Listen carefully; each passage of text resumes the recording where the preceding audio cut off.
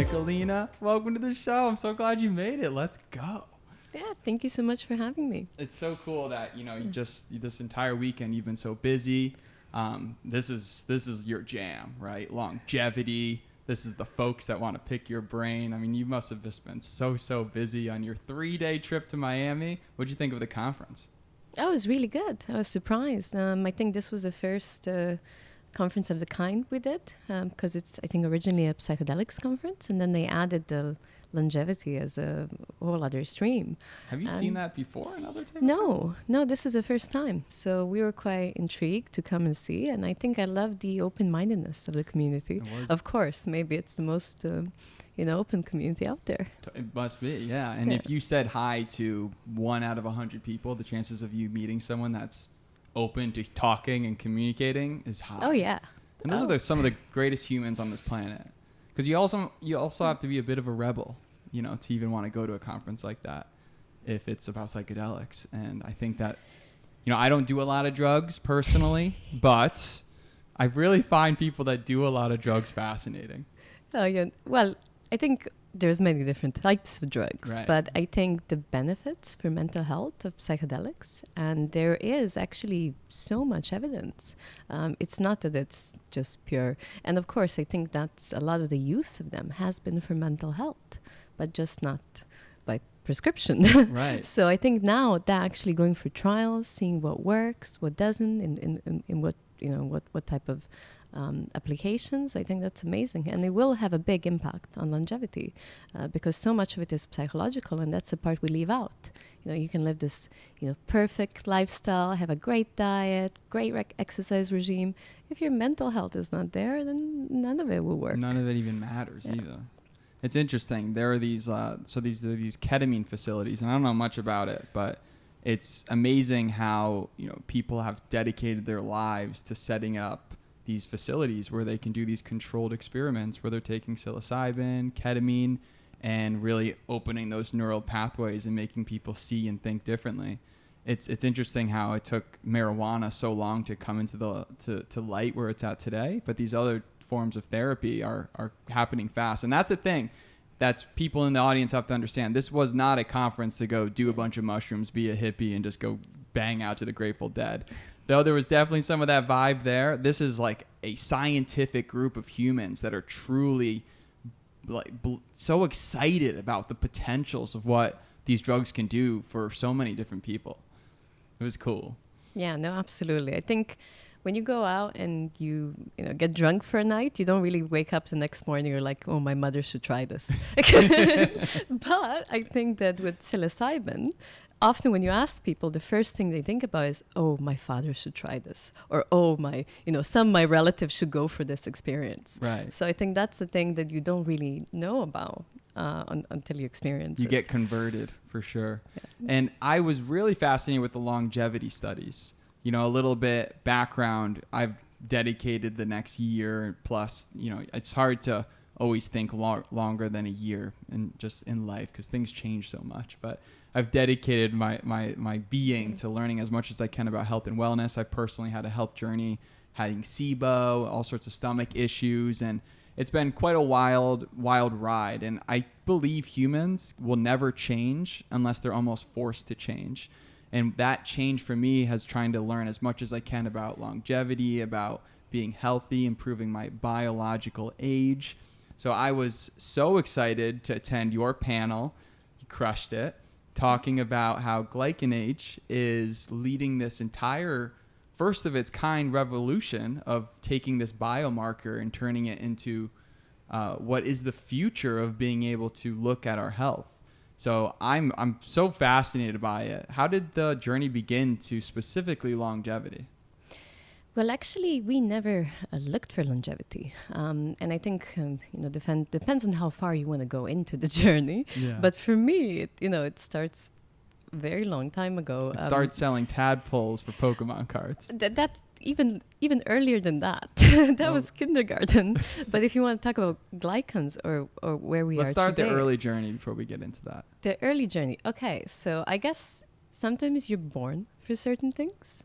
And for me, from early on, it was evident that would be entrepreneurship. I've always had a knack for some type of small business. And, it started with frogs, but I think I've always had a need for it to be kind of impact. Something had to be more there than money. That was never the motivation. And I think that the tadpoles, this is kindergarten, so you're a small child. I was like maybe 5 or 6.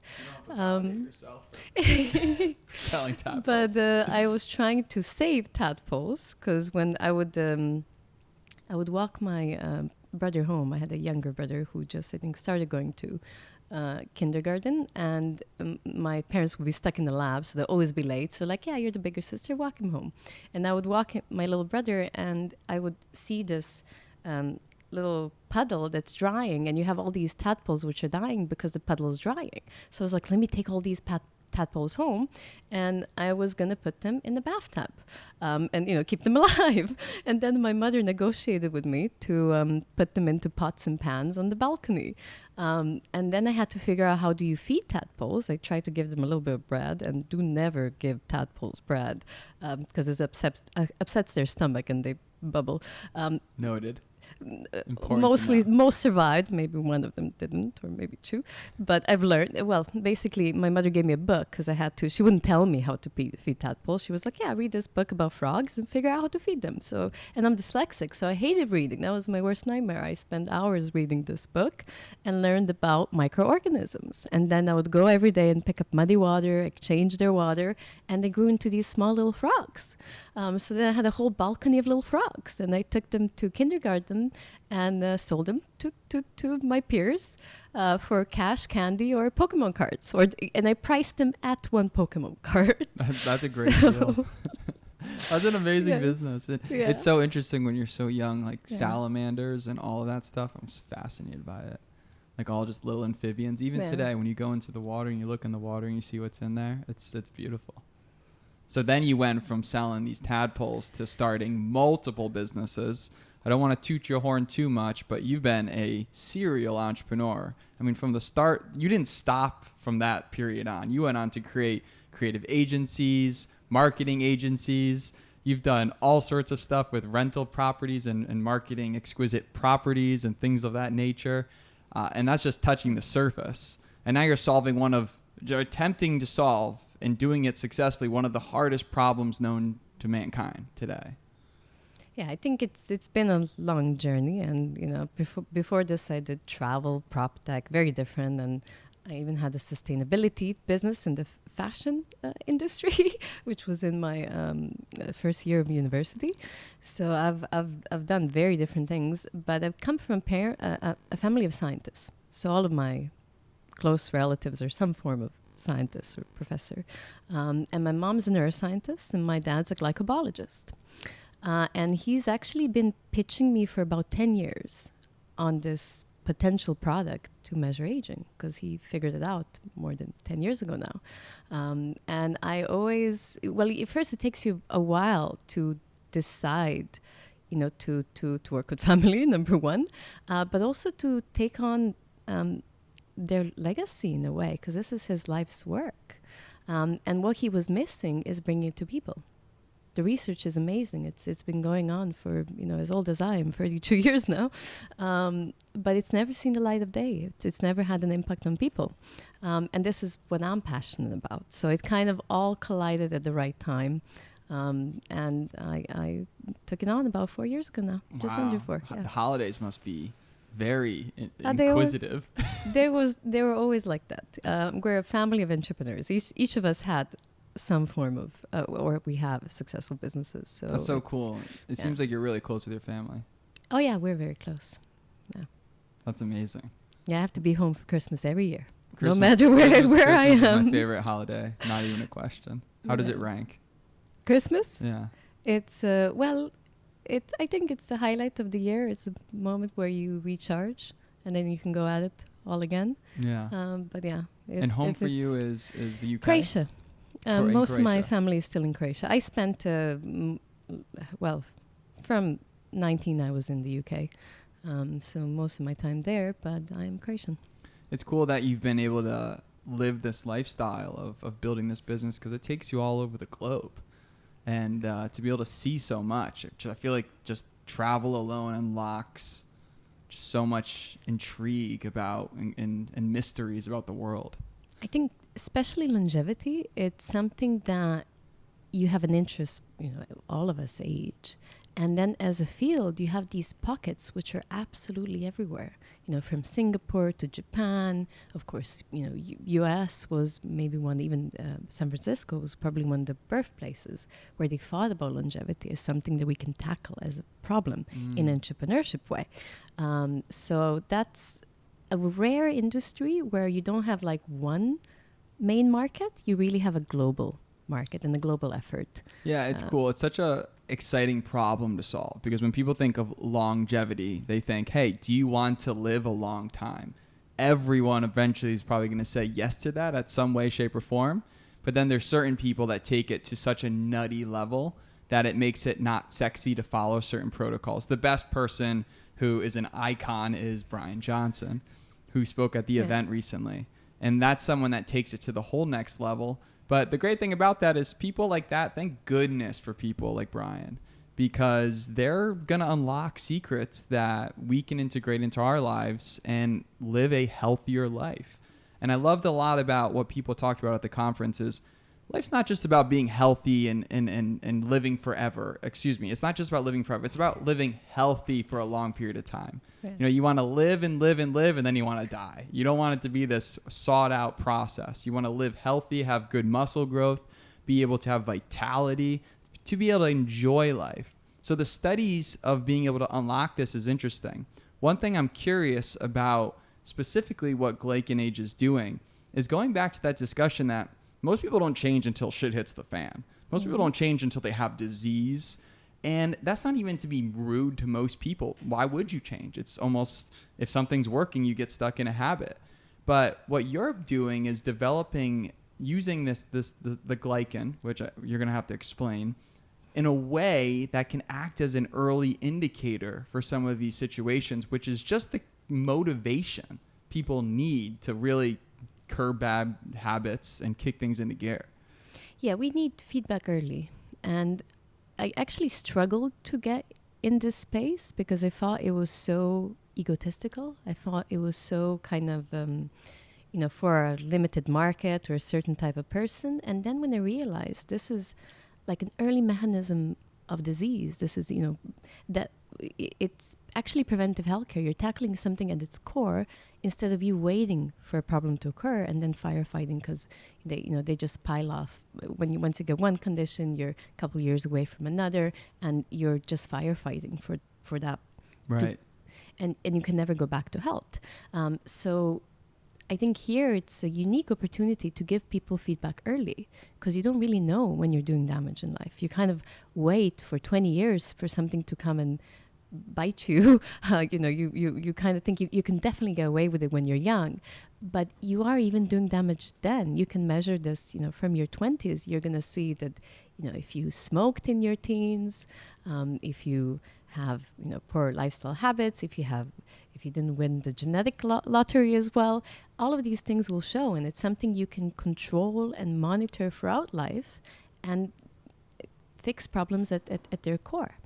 And I think that's the thing we don't get, because now when you wait and you measure it later on and you get a bad result, you've accumulated for a while. You have to figure out where the bad came from. Totally. Well, if you measure it and then you straight away get feedback where the bad is coming from, it's very easy to fix. So it's interesting that there's different types of tests that do that.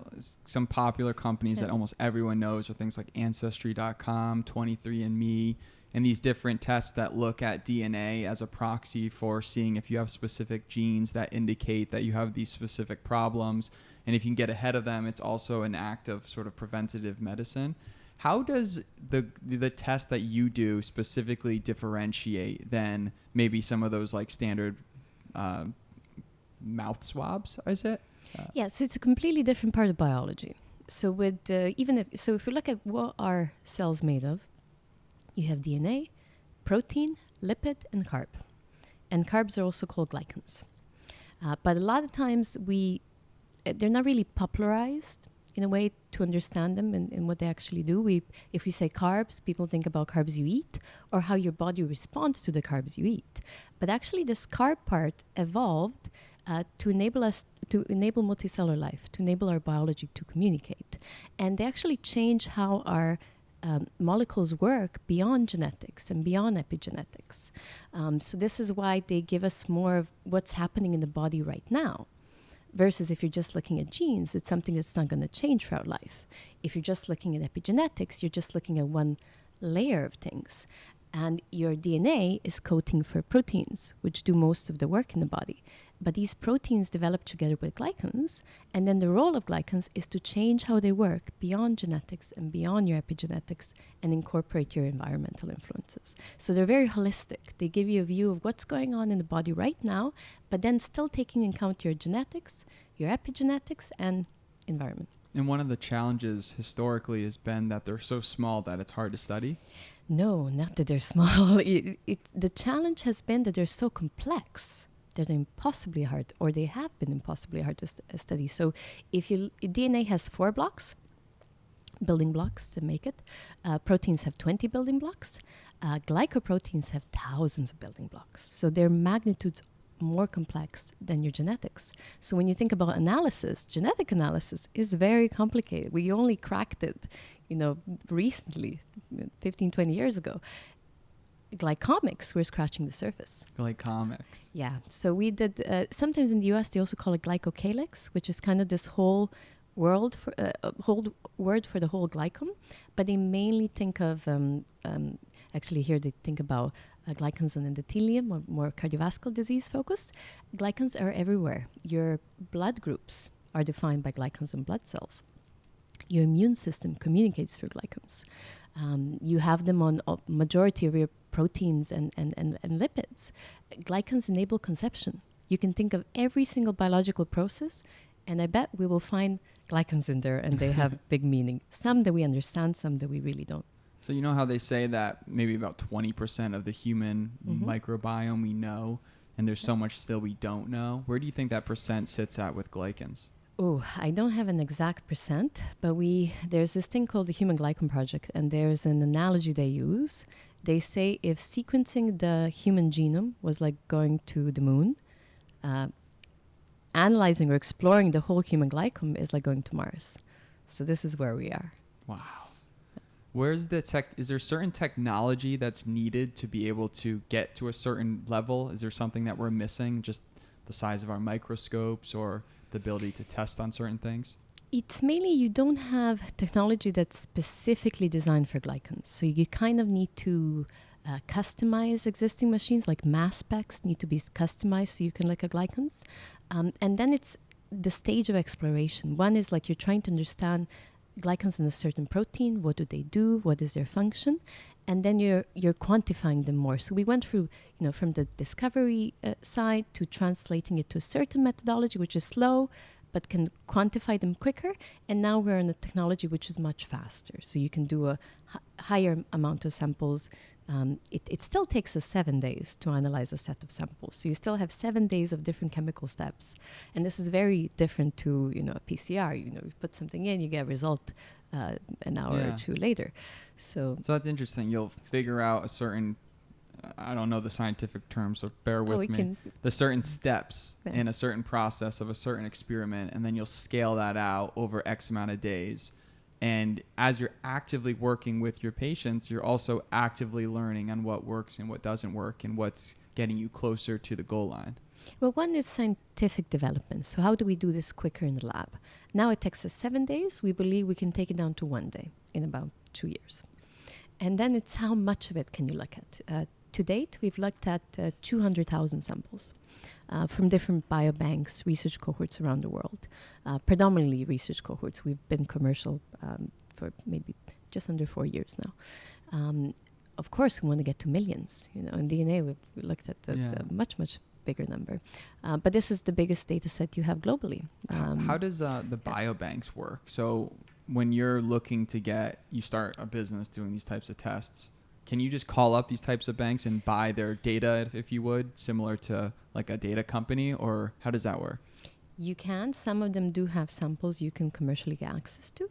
Or you can present something completely novel that gives them entirely new insight, and then you can collaborate and Love do it that. as scientific and apply for a grant. Is that community pretty, like, do they all work well together, or is there sort of a dark side to it?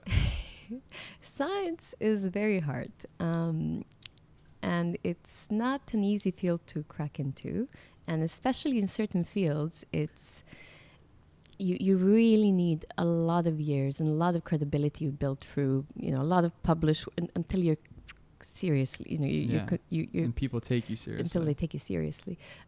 Longevity is interesting because it's such a nascent field. It's easier to get in, so you have a lot of people who did programming who are now in the field. So they went from software engineering into applying that to biology and longevity, which is, so I think openness-wise, scientific field is very close.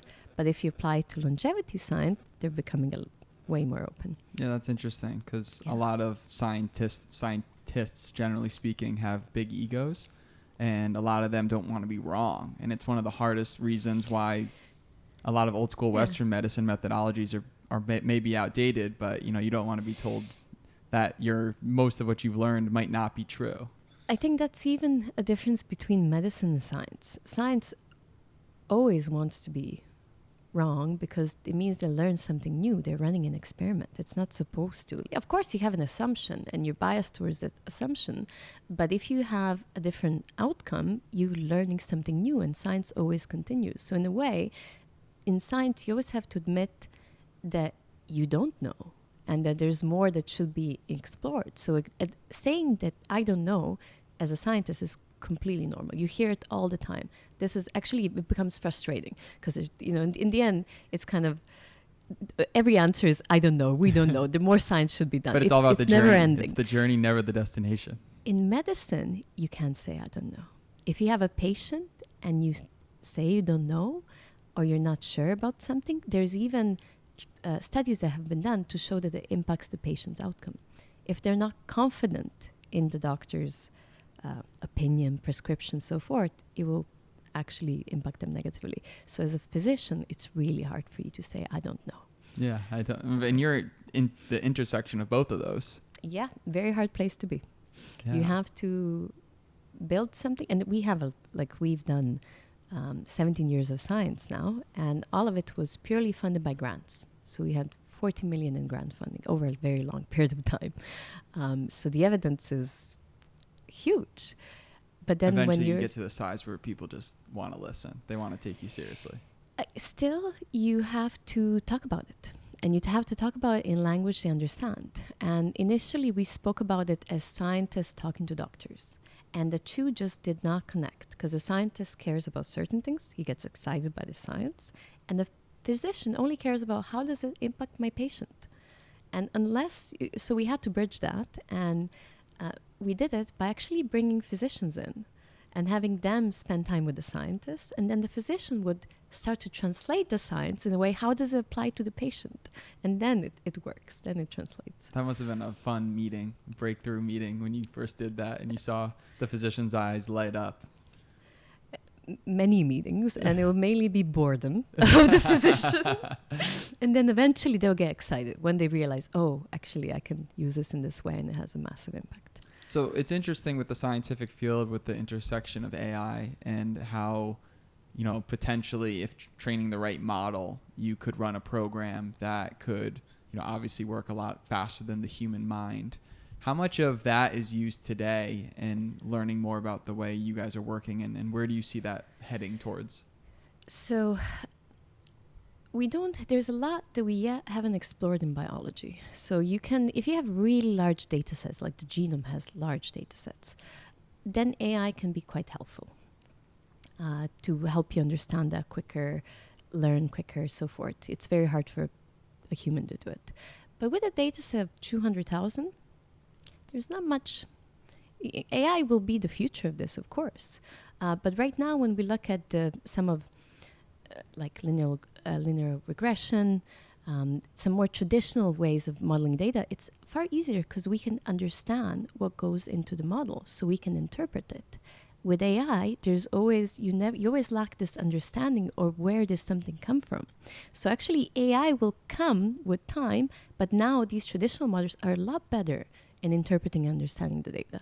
And then as we scale into bigger data sets, we are going to lose a little bit of this being able to tell you an answer straight away, but it will be much quicker. Yeah, that's so interesting. It's fun to meet you because, like you mentioned, you have the perfect mindset for being in the business you're in, right? You're always learning. You're never quite there. The scientists are always just trying new experiments, and you're never right. It's always just like a lesson learned. They call fail fast. The more times you fail, the faster you do, you learn. But you must have an incredible amount of patience. Yes, I say I'm the translator. And I think that's a skill I've always have. I just never give up. So eventually you will figure it out. What keeps you up at night in this field? Nothing keeps me up at night right now. I sleep quite well most of the time. I think if I think about the big problems of this is how do you get it to medicine? How do you get to everyone? Because longevity is becoming a very premium field, and most technologies start at the premium, of course, and then they scale up, they become more affordable. But I'm wondering, will this move as fast as it should be into healthcare? So one of our goals as a company is to develop diagnostics that can actually be applied in healthcare, which are preventive diagnostics. So they can tell you 10 years in advance that you're heading towards a problem or you have a risk of disease, versus what's done in medicine now. And if you do a blood test, you're going to get a diagnosis when you get the results. This will give you a warning that you're heading towards something. So we are working very hard to get that paid by healthcare and insurance as quick as possible. Is that just climbing Mount Everest for you, or is that? Oh yeah, 100%. Yeah. Does it get political? It gets hard in many different ways, but a lot of it is piling on evidence. But it's not just about the scientific evidence. You have to get it into the hands of doctors. And you have to collect something called real-world evidence. So physicians are using real-world evidence? Yes, if I can pronounce that properly. You said perfect. So if they're using it in practice and they're confirming what you've seen in science, you're climbing up the evidence route. And then you have a third one, which is, can you prove that it's going to save the healthcare system money, or going to save the insurance company money? So you're climbing on top of these kind of proof mountains. Yeah, that is a proof mountain. There it is. That's so interesting. It's fascinating how, like you mentioned, longevity is a premium product. If you have a lot of money, you can statistically live longer than people that don't have a lot of money, as it stands today, with all different types of peptides, testosterone therapies, and all the different things that money can buy you today. And it's just completely unreasonable to think that most people can assess that. What's even crazier, though, is just how we live in a world where, going back to the 1950s, we're living the farm life. We all have healthy food. And then next thing you know, you go into a grocery store and 98% of it is toxins and chemicals. And it's what people are consuming every day. There's still such a small portion of people that actually care about health and actually care about making these big changes. I'm very curious, how it's going to evolve for the next decade as, probably that gap even expands over time and where science and companies like yourself are going to be able to bridge that gap. Yeah, it's really hard. I think environment plays a huge role, and so does capitalism. And I think in many cases it's been very irresponsible, especially in the US, in the food industry, in the drug industry. So these are very hard problems to fix at core, but regular people become victims of them. So I think this is all about education and awareness from What as do you early think as about the possible. US, like growing up in Croatia and spending all these times in other countries? I've heard that a lot of people, when they come to the US, they're almost disgusted by the food quality at some level. Yes, absolutely. Food tastes entirely different, and the portions are insane. I haven't, like, a coffee here in, like, a Starbucks coffee is, I think, much bigger than it would be, or what we would be used to in portion sizes. Yeah. When you first come here, I think it's shock. And I think I was in the US as a child, I don't know what age, maybe 10, 11. My parents were in Johns Hopkins, so they did their tenureship there. And that was I think we all gained weight in that short 2 years that we were there. And then the first time I came back was maybe 2-3 years ago. It was a conference in San Francisco, and I landed in the center of San Francisco just after COVID. And I took a hotel right in the center, and I had no idea about the homeless problem. I was like, oh my God. It's bad. How can the most advanced city in the world have such an enormous problem? And it was such a huge contradiction, because we were on a biotech conference, and you're sitting across entrepreneurs who, one of them was explaining how his family spends $100,000 a year on groceries, on like locally sourced, best quality food he can get for his family. And there we are sitting, and you look across the window and you see a homeless squat. It's crazy. It is absolutely insane. I mean, I was living in San Francisco when I was going through 500 startups, and I remember I was paying $1,650 for a bedroom within a 2-bedroom, and whenever I'd get out, I'd step over a homeless person. And I was always thinking to myself, for $1,650, I could get myself a pretty badass like tent set up. Maybe if I did that after a little while, I could get an Airstream and I could just really camp out.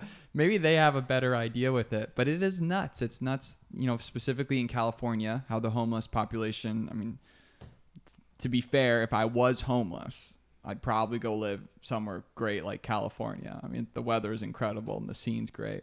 But it is crazy that that's the situation that we live in today. And it's only going to continue to evolve. And what do you think in terms of longevity? How does that... There's a lot of just people that are in the health and wellness field, which is just every day eating healthier, being healthier.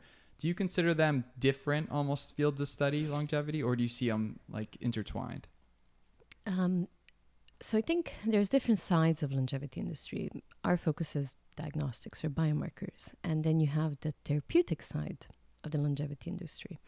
And they're very different in a way that you're not looking... Yes, you're looking to measure the effect of health and wellness solutions. But generally, they will only... Like when we did... So we looked at... So our our biomarker is mainly aging of the immune system, or a mechanism called inflammaging, which is the core of majority of chronic diseases. And we looked at how much of this is genes, how much of this is epigenetics, environment, how much of this is lifestyle.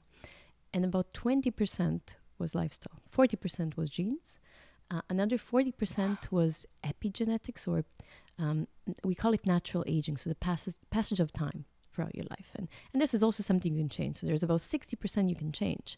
But if you just look at lifestyle, it's 20% on this measure, which is quite a lot. That so includes if you look at going to the gym and all that stuff. So this is exercise, diet, all of the things we studied in terms of lifestyle interventions, supplements as well. So far, that's been studied. But that does mean that, if you look at a 100-year lifespan, that's 20 years of healthy life just through lifestyle changes. But it's only going to move things so far. And ideally, we figure out we get to a small molecule that can impact some of these mechanisms very early on. And you do have some of them already. There's drugs that we've had large trials with that do reverse this other 40% or this natural passage of time. So there's already things that have an impact. But there will be even more radical therapies that could repair this damage by, like we had a recent study in rats where we got a bunch of samples from a study that was using a therapy called plasma fraction. They take these fractions from plasma from young animals and put them into aged animals, and we see a 50% reduction in the biomarker. And we looked at both glycan and epigenetics. So these therapies will eventually develop for humans, and you can radically extend lifespan. And I think that's that's the goal of the longevity industry. That's a bit wild. more than just a healthy. I don't know why wellness. this came into my head. It's not the most attractive topic, but it's sort of like what people do with fecal matter. For people that have really bad guts, you can take fecal matter of a healthy individual and place it into through a fecal transplant into an unhealthy individual, and it can help essentially like bolster that. We have done trials with that. So FMT, we've done colitis patients would be given a transplant, and it actually does reverse the age of their glycan as well. These are very small samples, so they're 10, so we're not going to go out and say this is the longevity, not yet, but well, these are, of course, this is where the science is right now, because we don't have full understanding of how the biology works. So what we do is, we take young blood and put into an aged animal, or we take fecal donations and put it into a person that it will help. But eventually you figure out what is it in this healthy microbiome that we can extract that can be a therapy on its own. Same with the young plasma. There are only a certain amount of animals that you can actually do these experiments on because they're similar to a human microbiome, correct? Well, microbiome is really hard in animal models because their mice are bred in a lab and they don't really develop a natural microbiome because they don't have this environment. So we call them imbecile. They have like an imbecile immune system. It's not fully developed, predominantly because their microbiome hasn't fully developed. So the trials we did, FMT was in people. It was in colitis patients, human colitis patients. There are trials in mice with microbiome as well. But if you're looking for the model that's closest to people, what's becoming very popular in the longevity space are dogs or pet animals. Because, okay, you can look at mammals and it's never one-to-one. Even dog to human is not going to be even dog to dog is not going to be one-to-one. It's not person to person, it's not one-to-one in terms of it translating. But dogs share this natural environment with us, and they have all the diseases that people have because of this poor lifestyle that we have translated onto our dogs right now. Also, they're animals that we love. We treat some of them as kids. It's incredible. Humans. I mean, dogs are as close as it gets to understanding you. Some people treat them as kids. Yeah. So you're really willing to invest. And then also it's the believability, because there's a lot of, for good reasons in some cases, but this idea of life extension is quite radical. So a lot of times people take time to believe it and also to understand where it's coming from in terms of this kind of tackling things at core versus, and they, same as me, they think it's maybe narcissistic, but then they realize there's way more to it. Where is it going with this? So yes, so if you... using dogs as a potential method of study. When the therapies come out for dogs and you start to buy this for your dog and it extends its life by 20, 30%, whatever it is, you're going to think, okay, why can't I get this for my dad? Or, I'm pretty sure they will try. Yeah, totally. And then it's going to be easy too. But it is interesting that you touch on. People get a little bit weird when they start thinking about, anything life-changing or life-saving drugs. And for good reasons. There's a million scam artists in the world. And we're destined to, believe in what's worked historically is always going to work. And it's hard for people to wrap your head around it. But obviously, new things are coming out every day. You got to vet the red flags, and you got to continuously evolve. One thing that is so interesting is the wearable space. Like, I got the Whoop. What are your thoughts on Whoop specifically? Have you ever used one? Whoop is really good. Athletes love it. I use Aura, and that's my preferred. I used to have an Apple Watch, and then I changed it for Aura. It's just easier for me to sleep with it. Yeah. And it doesn't do little pings, because I get so many pings in a day. And I think with the Apple, I've always been overwhelmed with it. And then you snooze it, and then it snoozes your phone, and then you don't get the calls. So it was kind of like doing too many things. Yeah. And Aura for me just does the right things it should, and it's really good data. I remember I did the Aura first. I just didn't like it when you work out because it hits the dumbbell. But it gives you really good sleep. Like, the sleep score on the Aura is unreal. I mean, it's that thing's freaking rocked on. But I do love the Whoop, and I almost think that, I guess technically there's some EMFs that come with wearing these things. So if you really want to be like, but the reality is I think everyone needs to wear a wearable. I mean, just holding yourself accountable every day to just your lifestyle choices is so important, No, I really like the insight I get from them. Like with Aura, it gave me the lowest score I've ever had 3 days before I got a positive COVID test. And they did a lot of good research around COVID. And another thing is they give you this, like if I have food late, if I have a glass of wine, it's going to show in it.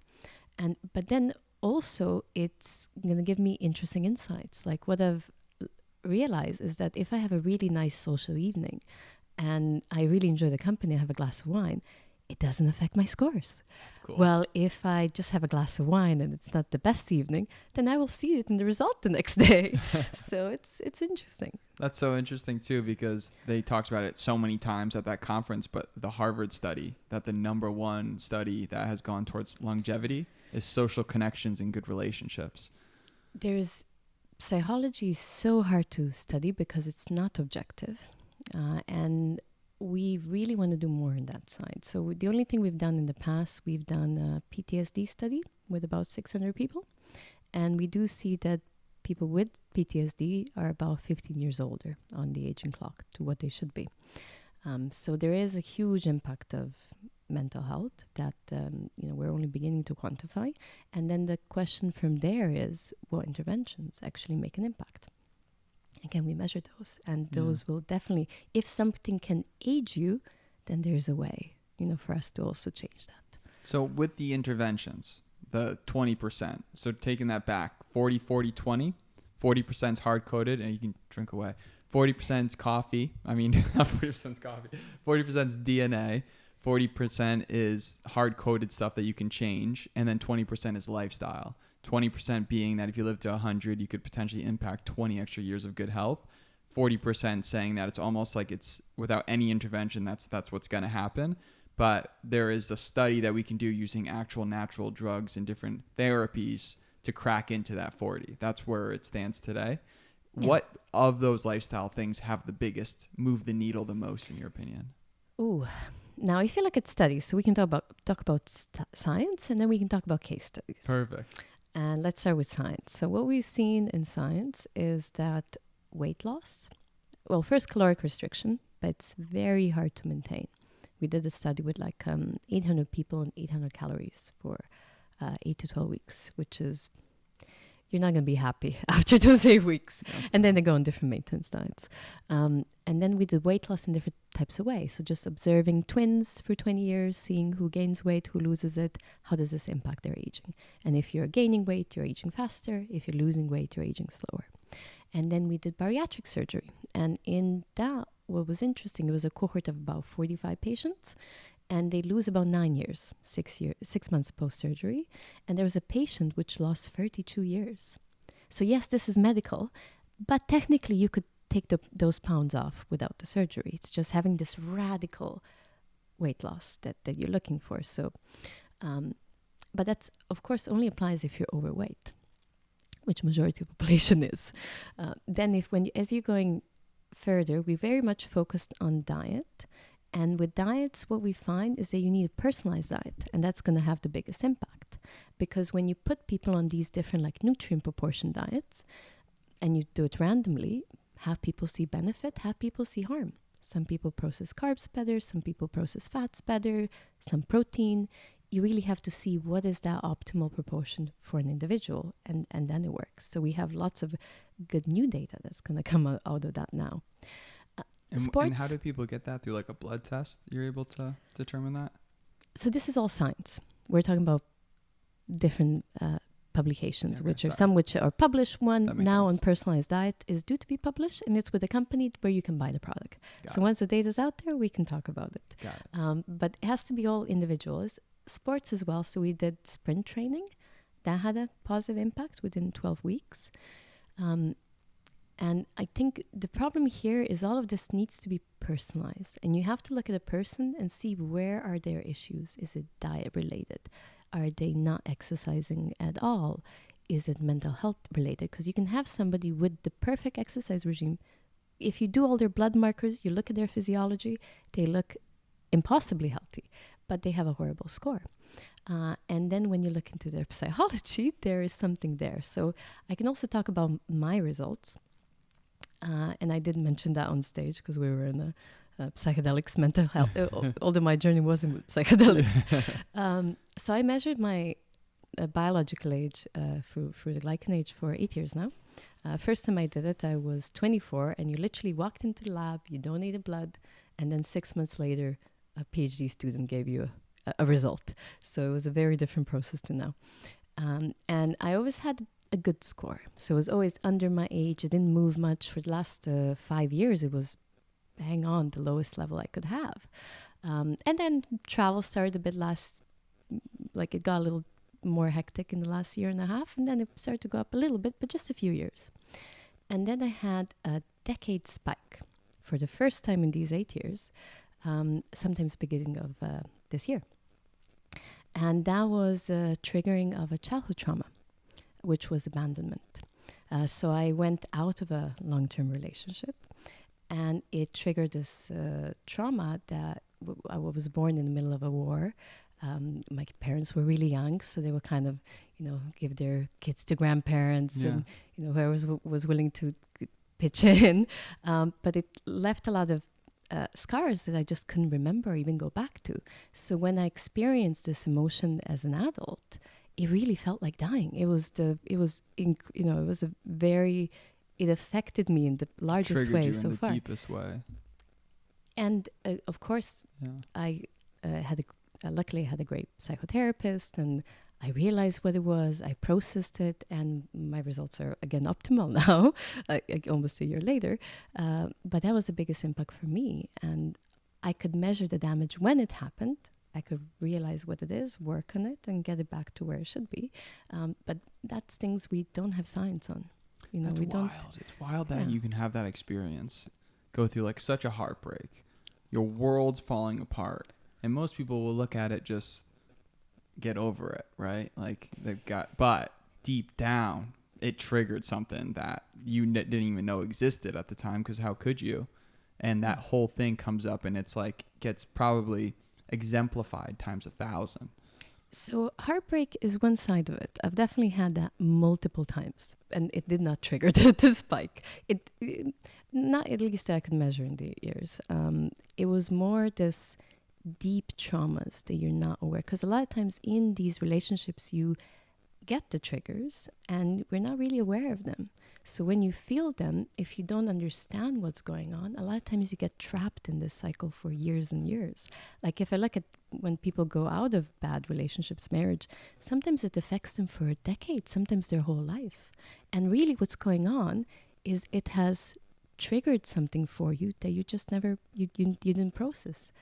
So I think that side of mental health is still not really, we're not tackling it the best way we can. And there are tools to do it. What are some of those tools?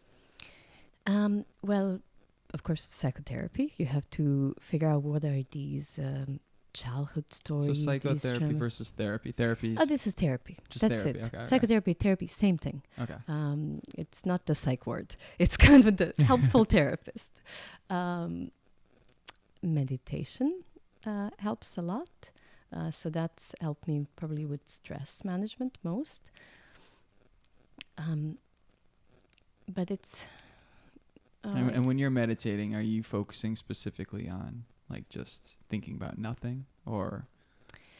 Depends on what meditation you've done. And I did Vipassana, and it's like a very ancient sensations-based technique, which actually changed a lot of my eating habits, because I used to stress eat. And that completely went away. And this kind of resilience to stress increased, because it's the connection of your, like, you realize that no bad and no good is permanent. But when you read that as a philosophy, you think, okay, nice, yeah, I get it on a mental level. When your body gets that and it connects with your mind, because basically you stay in a certain posture that gives you a lot of pain, and it's kind of sensation. So you have back pain, you have a dead leg.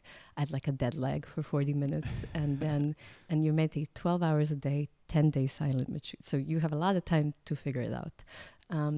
So it was like a dead leg for 40 minutes, then turned into tingles, like great pleasure. I got feeling back for like 15 minutes, and then at the end of it went back to pain. And I think this is where my body connected the two. It was like, even these 40 minutes of pain are not permanent. It's going to change. And then the pleasure is also not permanent. That's also going to change. So it builds this resilience. And I think this is similar to when you have a trauma triggered. It's about being able to fix it when it comes out. Because usually we don't. We kind of just battle, kind of try to dig it under again. We want it to go away. And it coming out is an opportunity to fix it. We can process this emotion that was trapped since we were children. So this is why you didn't want the pillow. You're like, I've been through way worse. I don't need no pillow support. Yeah, I don't need back support. Well, I could talk to you for another hour on all this stuff, but I do know that you got a lot to do right now. So one thing that we always mention is if there was one thing that you could tell yourself, that going back to, maybe 15, 16-year-old you, looking back at all you've accomplished, all you've done, the world travel, the revolutionizing the health space, which I'm sure to you is just another day, but to other people, it's phenomenal that people like you exist. What are some of the things that you might have told yourself, a younger version of you? Oh, that is so kind of you. I think my biggest hindrance in life has probably been imposter syndrome. And I have had it for many different reasons. Dyslexia, being introverted, being an immigrant, you can put it all to being a woman. I would love to go back and just say all of these things are advantages. Like when you walk into a room, you're no different to anyone else. You're no disadvantage. And if I could have mentally accepted that, my life would be much easier. Nikolina, I appreciate you coming through the studio. Appreciate you coming to Miami. How can people follow the journey? How can people find your company? So we're called GlycanAge. It's Glycan with a Y. We have active socials. Actually, if you're a consumer, Instagram is the best place. We try to really translate the science in an understandable way. And you have lots of users sharing their stories, and some of them are incredible.